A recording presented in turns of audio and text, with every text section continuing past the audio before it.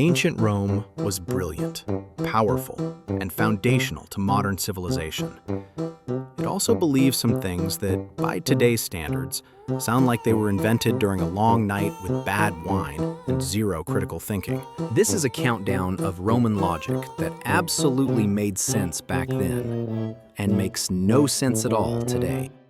Number 10. Disease was a personality issue. Imagine waking up sick. Fever, chills, headache. Your body feels like it's lagging. You do the reasonable thing and look for help. In ancient Rome, help often meant someone looking at you and going, have you recently offended a god? Romans didn't see disease as a biological problem. They saw it as a relationship problem between you and the divine. If you were sick, it wasn't bacteria or viruses.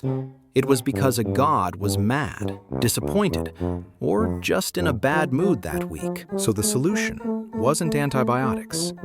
It was rituals, prayers, sacrifices, amulets, sometimes very specific ones. Like, did you sacrifice the correct animal on the correct day while facing the correct direction? Because if you didn't, congratulations, your fever is now a spiritual failure. And here's the fun part. If you recovered, the gods were pleased. If you died, the gods were still right. This is what we call a system that cannot lose. From a psychology standpoint, this actually makes sense. When you don't understand how illness works, your brain desperately wants a cause. Random suffering is uncomfortable. Angry gods? Weirdly comforting. At least someone's in charge. Basically, Roman medicine wasn't trying to heal you. It was trying to explain why bad things happen in a way that didn't involve admitting, we have no idea. Which means, if you were sick in Rome, your immune system wasn't just fighting disease, it was also on trial. Number 9. Lead was a lifestyle choice. You're thirsty. You drink water. That's it. That's the entire decision. In ancient Rome, that decision slowly poisoned you. Romans built incredible plumbing systems, aqueducts, pipes, fountains, genuinely impressive engineering. The problem? They made a lot of it out of lead. Because lead was easy to shape, durable, and very convenient. Toxic? No one knew, or suspected, or cared. They cooked with lead, stored food in lead containers, sweetened wine with lead syrup because it tasted better, which is maybe the most Roman sentence ever written. And here's where Roman logic kicks in. People noticed symptoms, mood swings, memory loss, infertility, sudden rage. But instead of connecting the dots, they went, humans are just like that, especially the elite. Senators, emperors, the people making decisions for millions were very possibly doing it while slowly suffering from heavy metal poisoning. From their perspective, this made sense. Everyone drank the same water. Everyone used the same materials, so these effects were just normal, which is terrifying, because it means Roman society might have been run by people whose brains were quietly malfunctioning, and nobody thought that was unusual. Basically, Rome didn't fall because of lead, but lead definitely didn't help. Number 8. Public toilets were social spaces. Picture a bathroom. Now remove privacy. All of it. No walls, no stalls, no separation. Just a long stone bench with holes. People sit. Strangers sit next to them. Conversations happen. Eye contact is optional, but possible. This wasn't a design flaw. This was intentional. Roman public toilets were communal because Romans believed bodily functions weren't embarrassing. They were just another part of life. Which sounds mature and enlightened until you remember there was no toilet paper. Instead, they used a sponge on a stick, and it was shared. used, rinsed, passed along, again and again and again. If your modern brain is screaming right now, good. That means it's working. From a social perspective, this made sense to Romans. Shared spaces built community. Shared tools were efficient. And germs? Nobody knew they existed. So as far as Roman logic was concerned, this was practical, economical, and perfectly fine. Until it wasn't. Because infection, parasites, and disease spread like a group project nobody opted out of.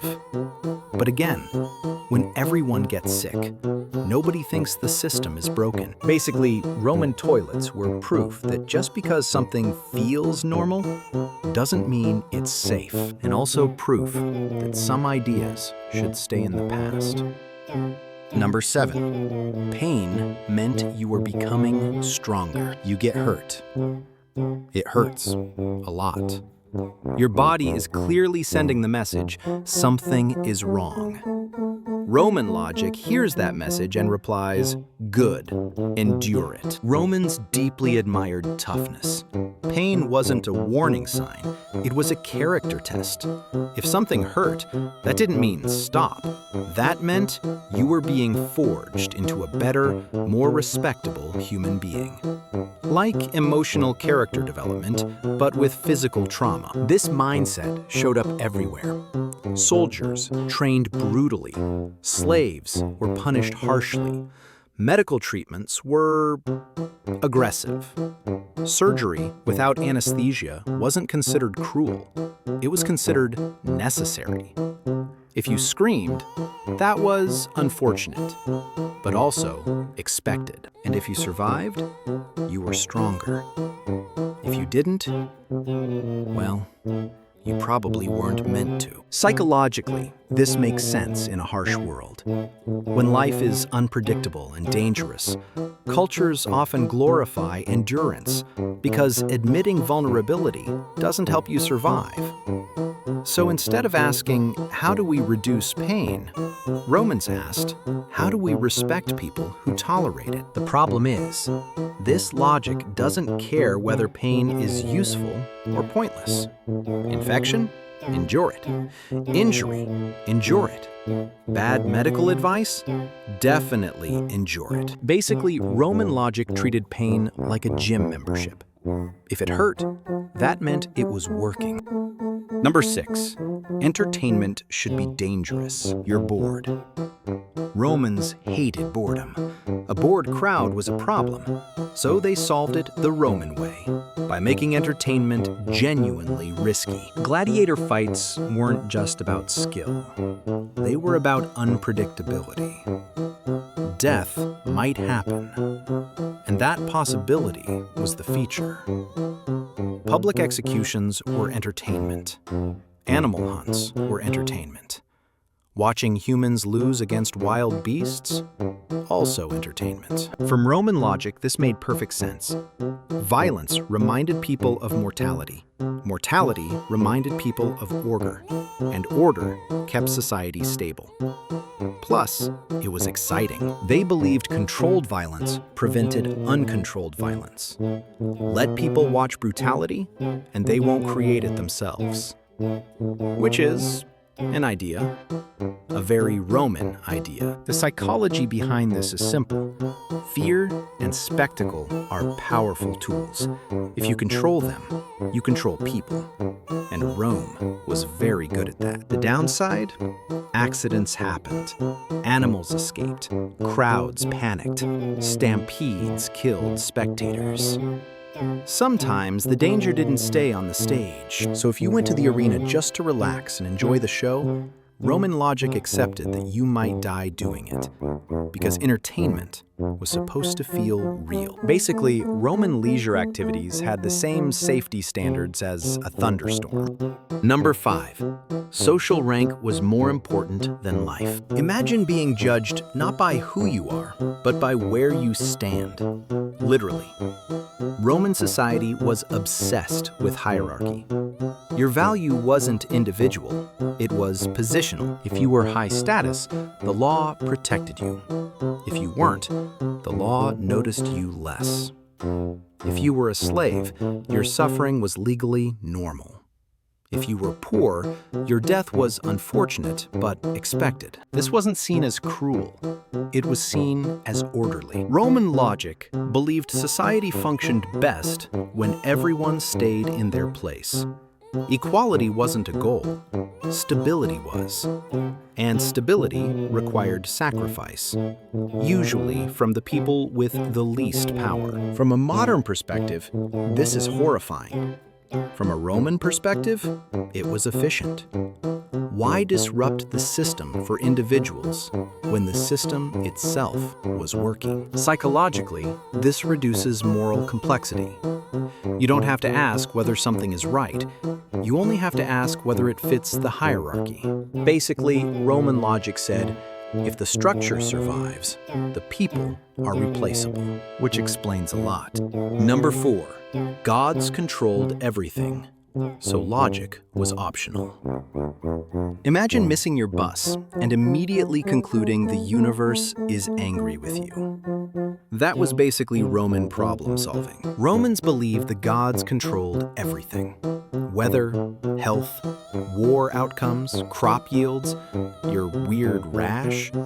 So when something went wrong, the first question wasn't, what caused this? It was, who did we annoy? And once you believe that, logic becomes flexible. Bad harvest? Someone skipped a ritual.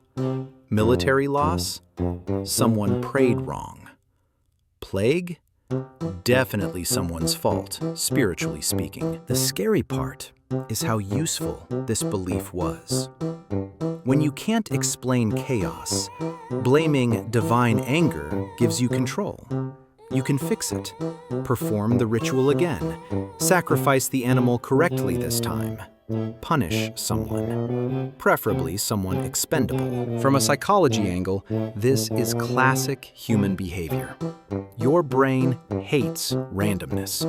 It would rather believe in an invisible, angry force than accept that sometimes things just happen for no reason. So Roman logic wasn't trying to understand reality. It was trying to feel safe inside it. Basically, the gods were Rome's customer support line, and every disaster was blamed on user error. Number 3, if everyone does it, it must be fine. This might be the most relatable Roman idea of all. Romans lived surrounded by danger, disease, pollution, lead, fires, structural collapse, violence, and yet, most of it was considered normal. Why? Because everyone experienced it. If everyone's water makes them sick, then sickness is just part of life. If everyone's buildings are unsafe, then collapse is unfortunate, not alarming. If everyone dies young, then that's just how aging works. Roman logic trusted majority experience over investigation. If a problem affected everyone equally, it wasn't a problem. It was the baseline. Modern brains call this normalization. Roman brains called it reality. Psychologically, this is how humans adapt. When danger is constant, your brain stops treating it as urgent. You don't panic over what you can't change. You just adjust expectation, which is why Rome didn't panic about slow poisoning, constant infections, or daily risk. They just lived with it. Basically, Roman logic said, if it hasn't killed everyone yet, it's probably fine. A bold philosophy. A very incorrect one. Number 2, authority was always right, even when it wasn't. If someone important said something, Romans tended to believe it, especially if that person wore the right clothes, held the right title, or had enough political power. Doctors, priests, senators, emperors. Their words carried weight, not because they were tested, but because they were spoken from above. If a respected physician said bleeding you would help, you got bled. If a priest said a charm would protect you, you wore it. If an emperor believed something ridiculous, it became policy. Questioning authority wasn't courageous, it was suspicious. From a social standpoint, this made sense. Rome was huge, diverse, hard to control. Authority simplified things. You didn't need truth, you needed order. The downside? Bad ideas spread very efficiently. And once an idea had status, it didn't need evidence anymore. Basically, Roman logic treated confidence as proof, which, if you think about it, hasn't completely gone away. Number 1. Surviving meant accepting absurdity. Imagine waking up every day in a world where pain is normal, danger is routine, and half the things that might kill you are considered just how life works. That was Rome. Roman logic wasn't built to optimize happiness, safety, or even truth. It was built to keep going. When you live in a society where disease has no clear cause, where infrastructure poisons you slowly, where entertainment can kill you, and where questioning authority can ruin your life, you adapt.